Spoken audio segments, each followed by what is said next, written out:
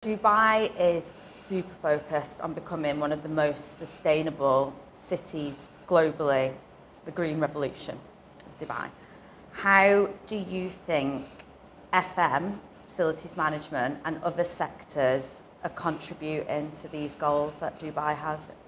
The use of technology is the simple answer, and without getting very boring and kind of nerdy into it, it's collecting data on things. So just a very obvious answer would be this room. So an old traditional kind of methodology would be to pump fresh air in, cool fresh air, and then extract the old air. And you might not even measure how many times, air changes, we call it, how many times that happens in an hour or a day or something like that.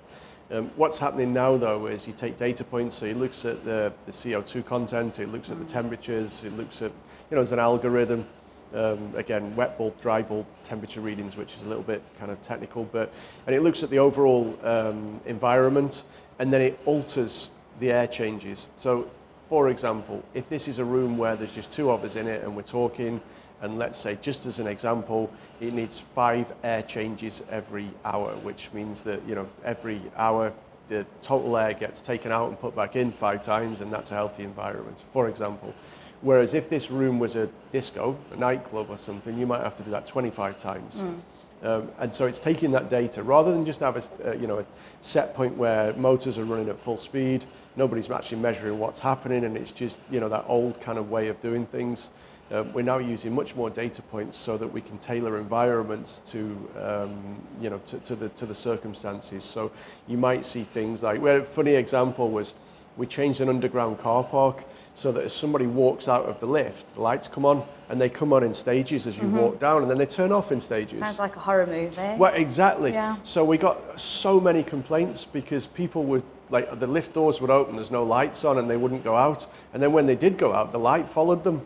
And they were like, I don't like this, it's really creepy. And so we had to change it back so all the lights were on all the time, which was a waste of energy, but people don't like that kind of thing. So again, it's a learning thing, but so smart isn't always better, if you know what I mean. But yeah, so it's the acquisition of data, interpreting that, analyzing it, working out how we can do things smarter, more automation, less use of energy, more use of people's time, because sustainability isn't just the use of electrons and things, it's people as well.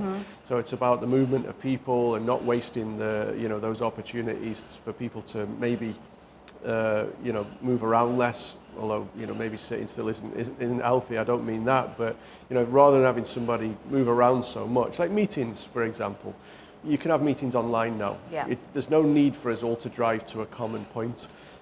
So I think, it's maybe a slightly boring answer, but I think just the use of technology and the use of data so that we can conserve energy and people and time and things like that.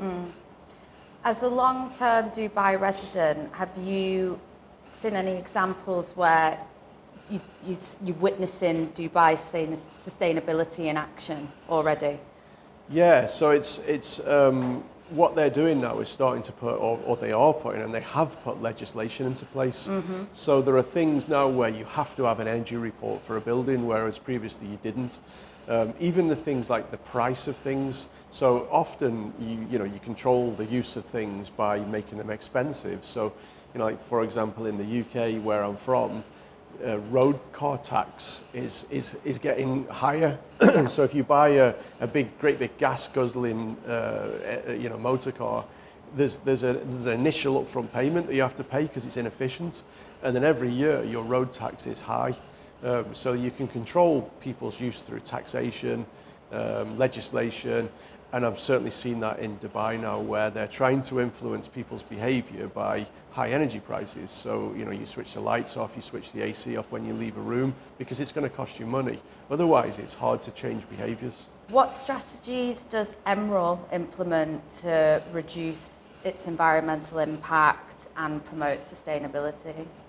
Well, again, like I said, the use of technology. So we're always trying to look for the next new thing or the next new initiative, or like for example, we now use algorithms to control the AC and the lighting in buildings, and even the use of buildings. And so it used to just be the building would be cool 24 hours a day, even if nobody was in it.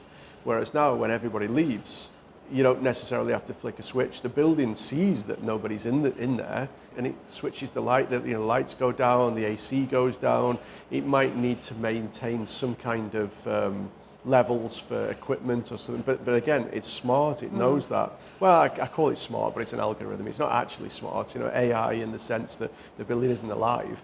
But you're able to put things, algorithms and control measures in place so that it senses, I keep saying it as if it's a real thing, but the building senses when everybody's left, and it turns the lights down, it turns the AC down, it maybe keeps the AC on in the server room because we've told it to.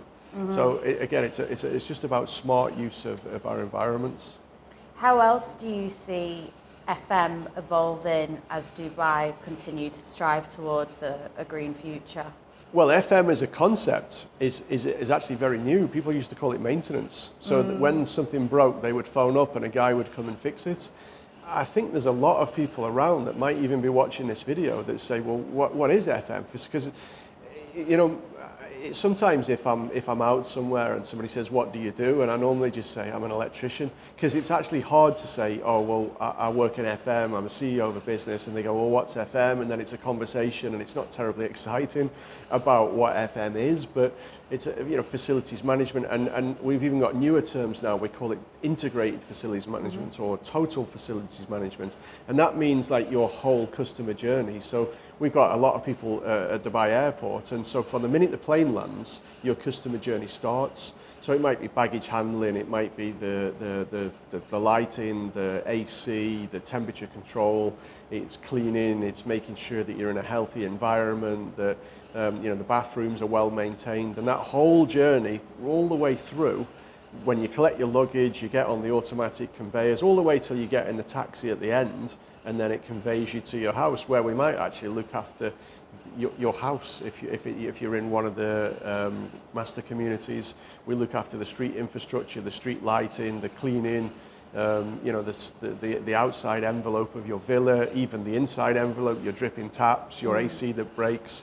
So it's that whole journey, I guess, through life, and hopefully you don't even notice we're there, because if there's nothing broken and it's a good temperature and the lighting's just right, you don't even think about it. You just pass right through. Yeah. So hopefully for our guys, we have quite a large presence at Dubai Airport.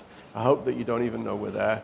You get off the plane, you go all the way through the airport, you collect your luggage, you go out, you get in a taxi, and if anybody asks you, how was that? You think, oh, that was actually really good. Yeah, it was a great journey through the airport, and there are people behind the scenes making that happen. It's not an accident. If you can't think of anything negative to say, then you've been successful, right? Well, clever engineers behind the scene are making that happen. So it's like your car. If you drive your car every day and you manage to do, 200,000 miles and it never breaks down, you don't even think about it. But there's some very, very clever people behind the scenes that designed all those systems so that they won't break down and that your journey is seamless.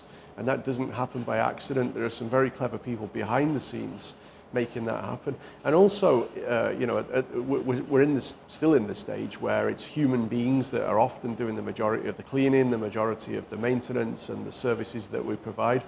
We don't have robots yet, mainly walking around doing those things. So again, hopefully they're almost invisible.